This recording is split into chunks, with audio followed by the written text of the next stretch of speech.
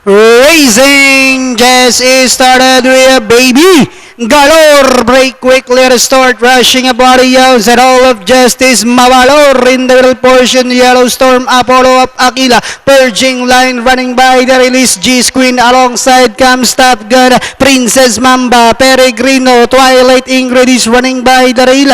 While number 13, Danjugan Island is the early trailer, racing down the backstretch with Baby Galore, this time by about 2 lengths, and in second, Mavalor. Yellow Storm to take third. Apollo Aquila comes next. Hall of Justice, purging line. Twilight Ingrid comes next, then followed by G-Queen, Danjugan Island, then followed by Top Gun, Princess Mamba, while Peregrino is racing in less than a four turn. We have Mavalor now takes command.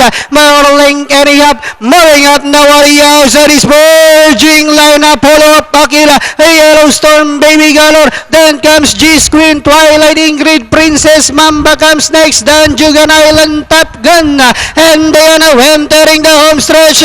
We have Mavalor moving up body outside is purging line. Apollo of Aquila, Twilight Ingrid is running by the rail with about 100 meters of the race. Apollo of Aquila, Twilight Ingrid is running by the rail. G-Queen, and finally the program opener, Apollo of Aquila, Twilight Ingrid, then comes G-Queen, Mavalor close, Princess Mamba, Top Gun.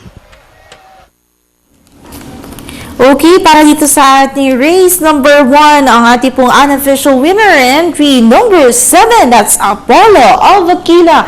Masasegundo sa East Twilight Ingrid, 1, G-Queen, 5, Mavalor, 8, Princess Mamba at 2, Top Gun. 7, 6, 1, 5, 8, 2, unofficial placing. Panoorin po natin ang replay.